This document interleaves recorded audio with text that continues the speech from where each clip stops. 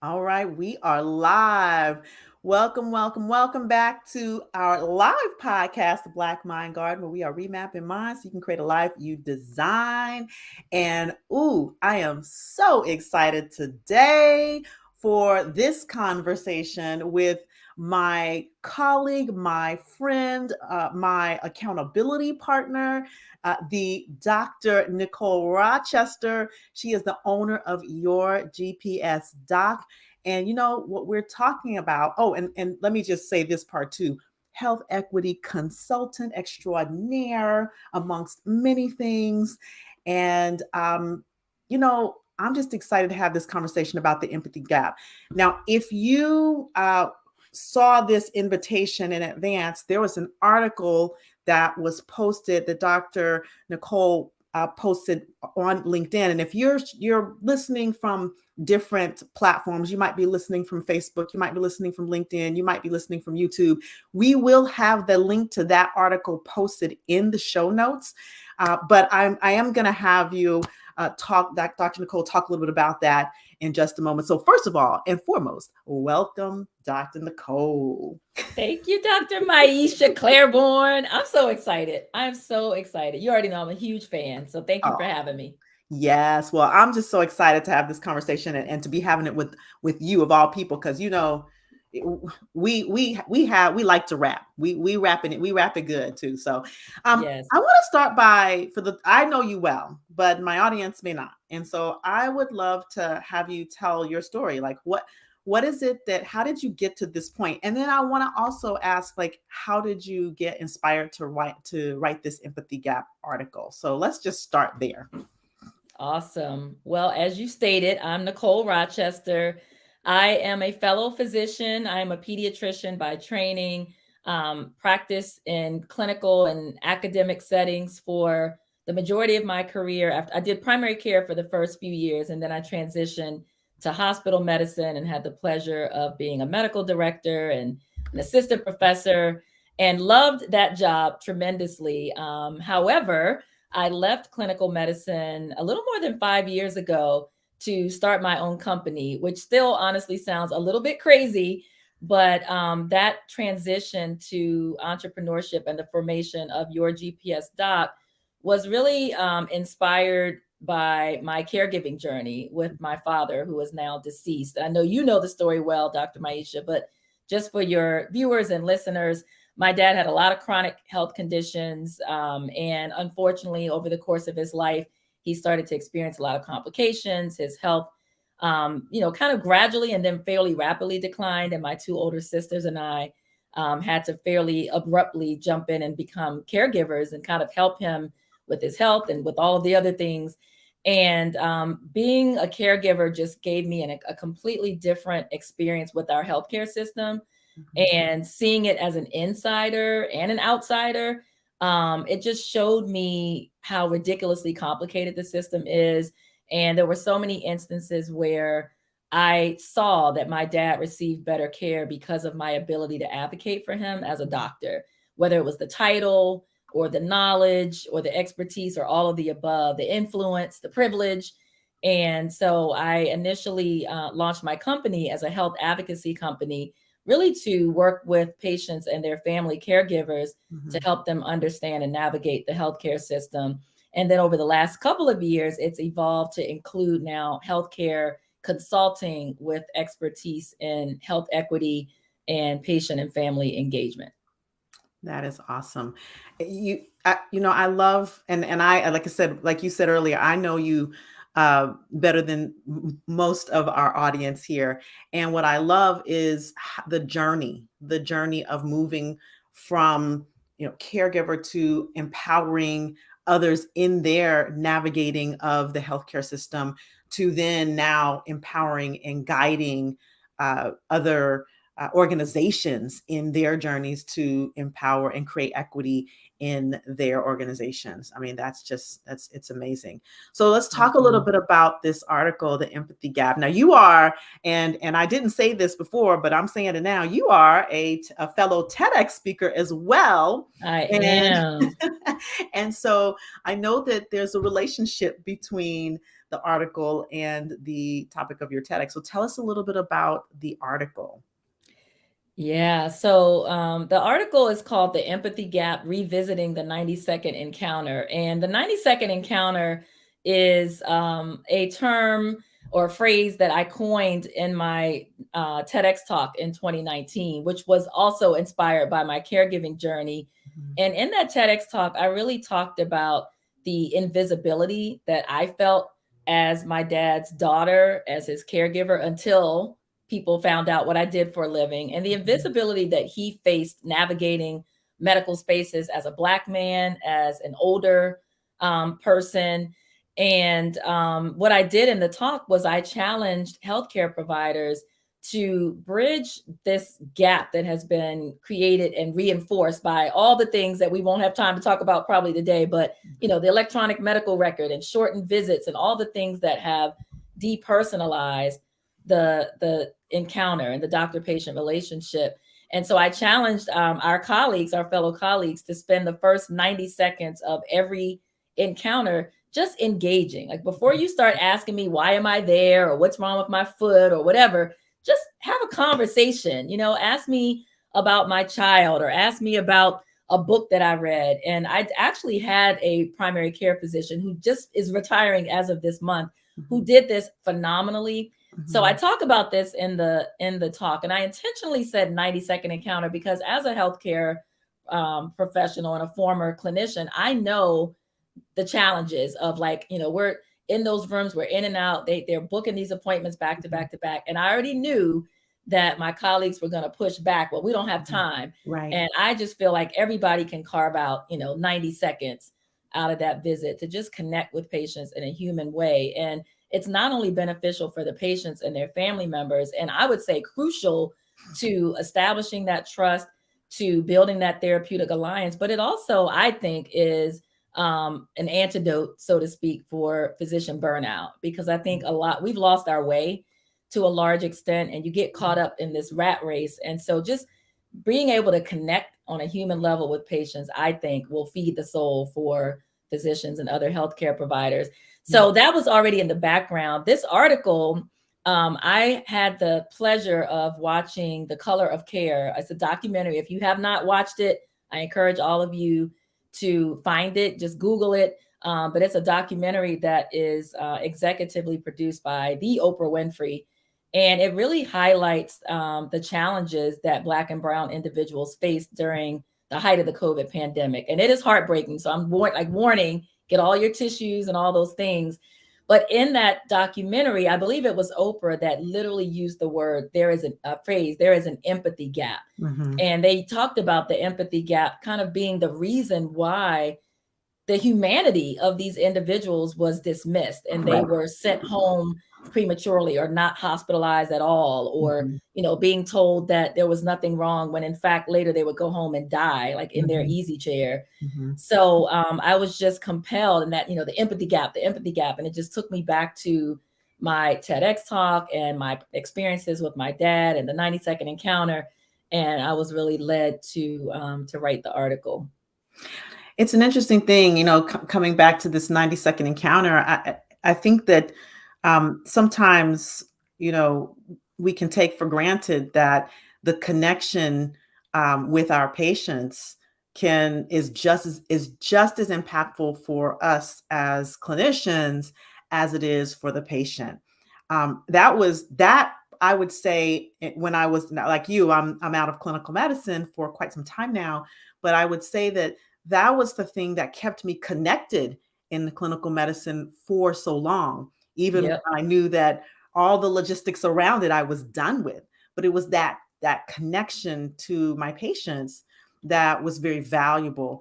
And so when we do get caught up in this sort of uh, rat race or hamster wheel, then we start to dissociate, we start to disconnect from our bodies, from our emotions, and that, I think, can impact that lack of empathy, that compassion fatigue. It's really kind of a vicious cycle if you think about it, right? Hmm. You've got the compassion fatigue, you've got the moral injury that happens, and in order to compensate. I mean, we're going room to room to room, and we're having to handle bad news and then go in the next room like nothing happened. At some Yes. point, in order to even cope, you have to sort of dissociate a bit. But that also has an impact, right? It has an impact. And when we're not given, when we're not given what we need as clinicians to be able to recover in a workable way, then I can see where that can definitely narrow that, or that could widen that empathy gap. Yeah, you're right. I mean, it's like the ultimate conundrum, right? Like Yeah. we're in this helping profession. Most, if not all of us, went into this field because we wanted to genuinely help people. And Mhm. yet you find yourself in a system, like you said, that doesn't support that goal and in fact like disrupts that goal. And then we're taught in medical school about, you're kind of trained that you have to kind of turn a certain part of you Mhm. off, but that's the Mhm. very part of you that went into medicine in the first place. So Yeah. it's a challenge. And like you, Dr. Maisha, I that connecting, that was what fueled me every day.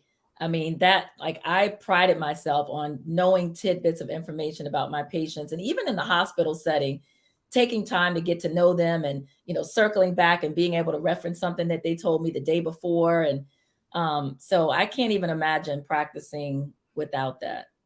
Yeah, I think also when we talk about this empathy gap, and I think you alluded to it, like it's in healthcare. We see it. I think it sources a lot of the inequities that happen in our healthcare system, and also inequities that happen in medical education.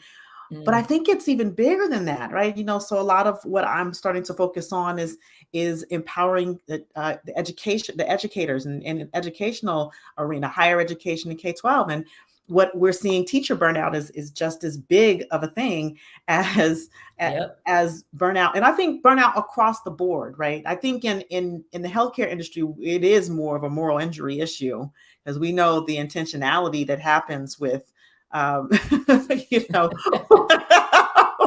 Yep. let me just pause and then go to the next sentence.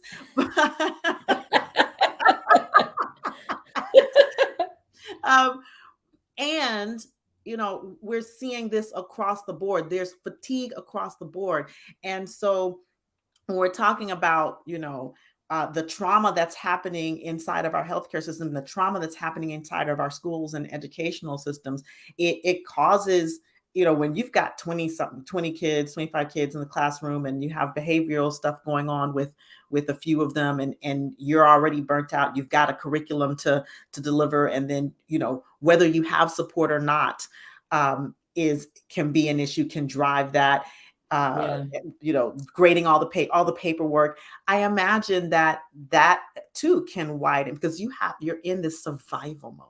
It's like a exactly. survival mode, right? And I know that from the standpoint of our educational systems, now I have to admit, I think that the educational systems, the educators, the principals are starting to really get into this more quickly than healthcare. I think we are very, very, very, very slow to act, but Mm. anything for kids, right? And so and so there are starting to be these wonderful programs to improve emotional intelligence and resilience in our children and our teachers. How can we, I think that's one of the things that's going to be narrowing the empathy gap. The question is, how do we get our leaders to understand the importance and the value of that? Mm.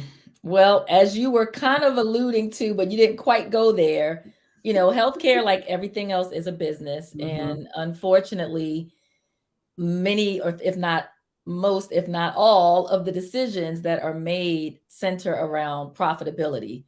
And mhm, so I think until we can make a strong argument, a financial argument, like a business case, just like what is happening in the health equity space, like mhm, there is now a very clear business case, not just in healthcare, but in all industries, as to why it's important to have a diverse workforce, and why it's important, to be equitable and to make sure that people feel included and belong, all those things. mhm, So I think a similar movement, so to speak, needs to happen as it relates to empathy and just the well-being. And I mean, and there was, I mean, if I think back to even before I left clinical medicine, there was definitely a wave of physician well-being initiatives. And I remember the institution that I used to work for had they launched a new committee, and Mhm. but it focused on things like yoga and self-care, but like it didn't really get at what we're talking about. Yeah. And honestly, like it's going to require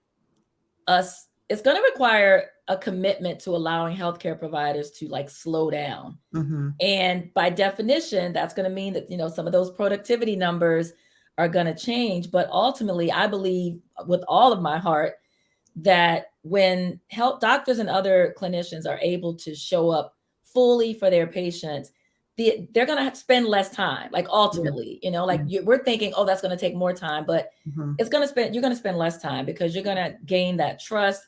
You're going to make that connection so that you're not having to say the same thing over and over again, so that patients are more likely to, I hate to use the word comply, but I'll just say, to follow through Yeah. with the recommendations that we make if they trust Engaged. us, if they trust the source, Yeah. if we took the time to understand their condition at home and all of the barriers that they face. So ultimately, I feel like we do a lot of spinning of our wheels Mhm. in healthcare in the Mhm. vein of being efficient, but Mhm. ultimately it's an incredibly inefficient system. Mhm.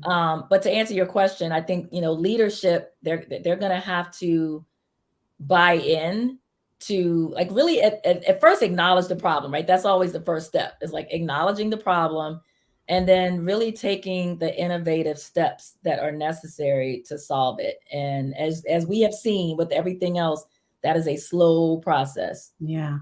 It's interesting as you were talking about, we're going to have to make a business case, right? Like that is the pure fact that that is the way, Mm, that in itself speaks to the gap. Right? yes. The fact that, oh, well, in order for like the fact that we have to make a business case for health equity. We have to make a business case for diversity, equity, inclusion, and belonging. We have to make a business case for these things. It Yeah. reflects the gap itself. It speaks to the gap itself. So it's very interesting, like who do we have in these seats? Right, Hmm. like that's a very that's a very interesting place to go. It's like, well, we are, who is in leadership where there is that lack of empathy, or perceived, I'm going to say, what it occurs Mm-hmm. like it, and I know that there are things that I'm not privy to, that they have to deal with, and that many people are privy to, are not privy to, that they have to deal with. And it I believe that it should be more than just a business case, right? If you have that empathy, then you make a business case for it, Mm. right? Like you don't have to Yeah. be convinced of the business case. You make a business case. So I love what you're saying. And it is sort of a vicious cycle. And they say, in terms of patients, we talk about, like if it would be more efficient because patients would be more engaged in their own, more empowered in their own healthcare, and Mm-hmm. therefore uh, would need less visits. So it would ultimately lower the cost of Absolutely. healthcare, right?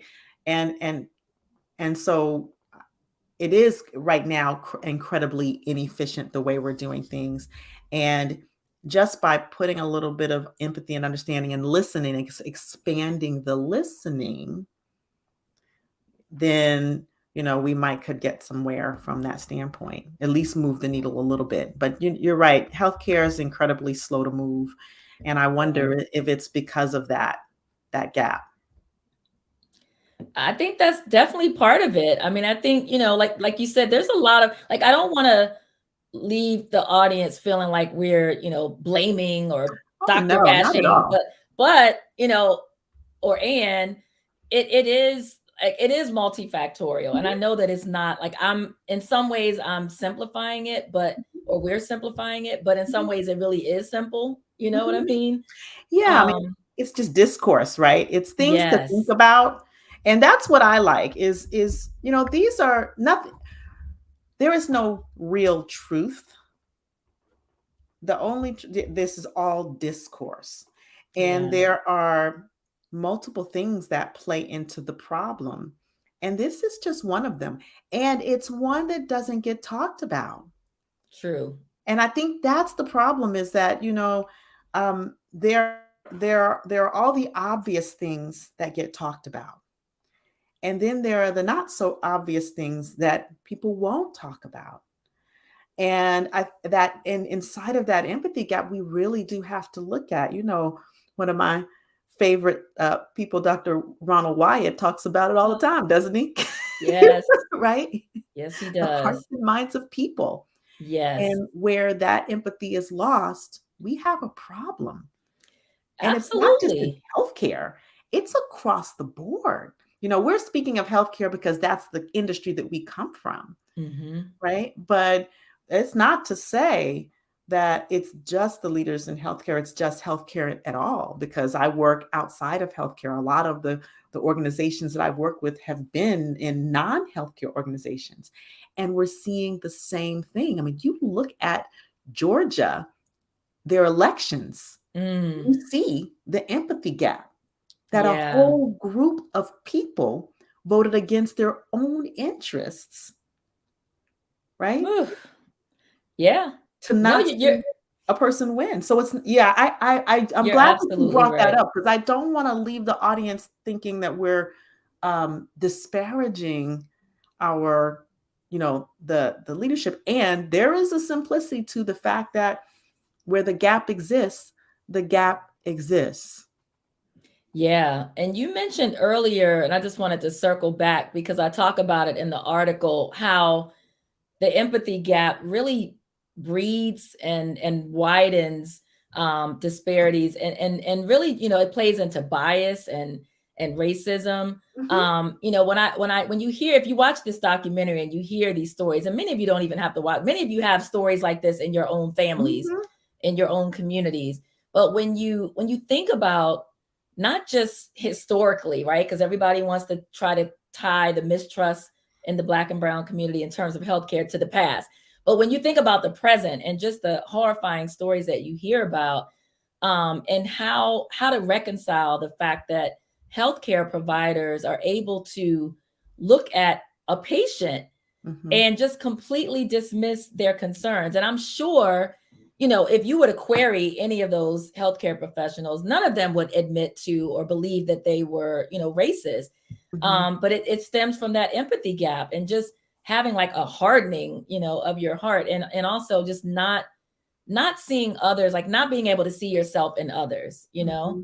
Yeah. and othering people and Yeah. thinking that, this person is less deserving of whatever it is, less deserving of this treatment, less deserving of hospitalization, less deserving of surgery, clinical Mm. trials. I mean, I can go on and on and on and on. So this empathy gap it's huge, and like you said, it's not it's this is a worldwide problem. This is Oh, yeah. definitely not just healthcare. Yeah, it made me think about, as you were saying, that the same happening in education, where, a kid walks into a school and a teacher looks at a kid and makes a decision, right? Like, it Mm, happens, yeah. right? Without, whether the child is Black, whether the child is an immigrant, whether the child is, Latino, whether there's a decision that is made, and then that plays into how that child is taught in the classroom. It's already, there's already perturbation that happens there, like an influence, like a bending Yes. that impacts the interaction. And I think part of it is just being willing to admit that, like you said, I think you said earlier, admitting the problem, but Hmm. being willing to admit, okay, it's there, and then the tools, having the tools. Mm. This is the part Go where it there. gets missed, Yes. right? Right? Because, like, oh, I know there's bias. I have Yeah. bias. I Bias have exists. bias. I can't help it. It's It's my brain. unconscious bias. Well, yeah, I mean, okay, great. And Now now what? we got to go the extra step and learn the tools. What are the tools to now, once you notice it, to redirect your Yes. interaction? What are the tools to be more trauma informed in your interaction with patients, with students, with teachers, with, your colleagues? Because I Hmm. don't want to just go, like up to down. I'm going to go side to side, right? Yes. Because intercollegial interactions are just as important or just as impactful. So we've got to go beyond this. Just there is, in certain recovery programs, they say acceptance is the key to admission is the key to recovery. And Yes. and so, yes, the first step, the very first step is First. recognizing. And we also, they also say, they also can say awareness, acceptance, action, right? So there's awareness. There has to be a personal acceptance, because that's the thing that happens. Like, oh, well, I mean, unconscious bias exists, but But not me. not me over there, Yeah. right? I Yep. see it over there. They have it. Yeah, right. And so Yeah. there has to be an acceptance of the condition, the personal condition and the societal condition, and how it shows up in the organization, and that it shows up in the organization. And then you Hmm. have to take action after that, right? Yeah. Because knowing without action, knowing makes no difference What at it was all. that my favorite quote from Dr. Maya Angelou is, when we know better, we do better. Exactly. So Exactly. yeah, you can't, once you know, now you're obligated. You have a responsibility Mm-hmm. to do better. Mm-hmm. Mm-hmm. Absolutely. Absolutely. So, I guess at what we do, this is the part of skill building, right? I think what's Hmm. really, really needed to close this empathy gap is skill building. I agree. And until we start, and it doesn't, and I think that here's what I think that the reason there's resistance, and you tell me what you think. Hmm. I think that some of the reason that there's resistance is because there's a fear of that it's going to be too complicated or too hard or too painful. And the truth is, well, while it might hurt a little bit, it's probably going to mostly hurt your ego. Right? Uh-huh. Because we don't like to be wrong, we don't like to feel incompetent, we don't like to not be in the space of not knowing, and we don't like to be not knowing or not doing it perfectly. Like that's just the condition of professionals. Yeah. And I think being able to lean into the discomfort of it's not going to be perfect, it's going to be clunky, it's going to be messy, it's going to be ugly, it's going to hurt, it's you know and on the other side of it there's going to be benefit. And we have to be, as a community, as a culture, as a society, willing to go through the pain and go through because let's face it, we, some of us, are already going through the pain. So Yes. everybody needs to be Come willing on to and go join through us. the pain. Everybody needs to be willing to go through the fire, Yes. for us to be able to move the needle. And that's, I think, a lot of what I spoke about in the TEDx talk is, you have to be able to until we re-examine our own thoughts and our own perceptions and be willing to be in another person's shoes, shift perspective, and then take the action, take the next step, then we're just not going to get anywhere. We're not going to be able to close that empathy gap, right? I We agree. have to examine the empathy gap. We have to admit that it's in the ways that it's within ourselves, meaning, the culture, the community. And when we can do that, then we can make the space for action. Yeah, I completely agree, Maisha. I think like we spend a lot of time, you and I, looking at systems and helping organizations, uncover areas where they can improve. And I think both of us take the approach that that also involves people work, like Mhm, heart work. mhm, And so I think that's what's missing a lot of times, is that there's a focus on the systems, and that is an appropriate focus, but the mhm. system is made up of people. That's right. So if we don't do that internal work, each of us ourselves, then the system, we make up the system. Right. So you have to look at your policies and your procedures and all of Mhm. those things. But if you don't fix your people, Right. it's all for naught. And the truth is, the people work will put fire to the system's work. Oh man. Man, it will enhance it. It will Yes. explode it, because then people will understand why they're doing the work, right? Thank you. And we know that not everybody is going to come to that point. We don't have to convert everybody. Just, it's like enough people need to understand and have the fire so that we have a tipping point, Yeah. right? And And so, some of those people that aren't on board, I mean, if they're not fired, they will leave. Like if the culture truly shifts, mhm, they're gonna realize like I don't really belong here anymore. And mhm, they will just naturally find somewhere else they to sure take their will. toxicity. That's right. That's right. That's right. That's exactly right. And so I think if I were to, if I'm speaking to leaders out there, whatever industry, right? And I'm going to ask you the same thing. If I'm speaking to Mhm. leaders, I would say, look, the people work, the personal work, the looking inward work, and people try to separate personal and professional development. There's no Mm. separation. When you do the personal work, you're enhancing the professional part of you. And when you do the personal work, it actually exponentially enhances the professional part. And Ooh. so when you start to look at the personal and in yourself as a leader and in your team, you will put a whole lot of fire to your initiatives, all of them.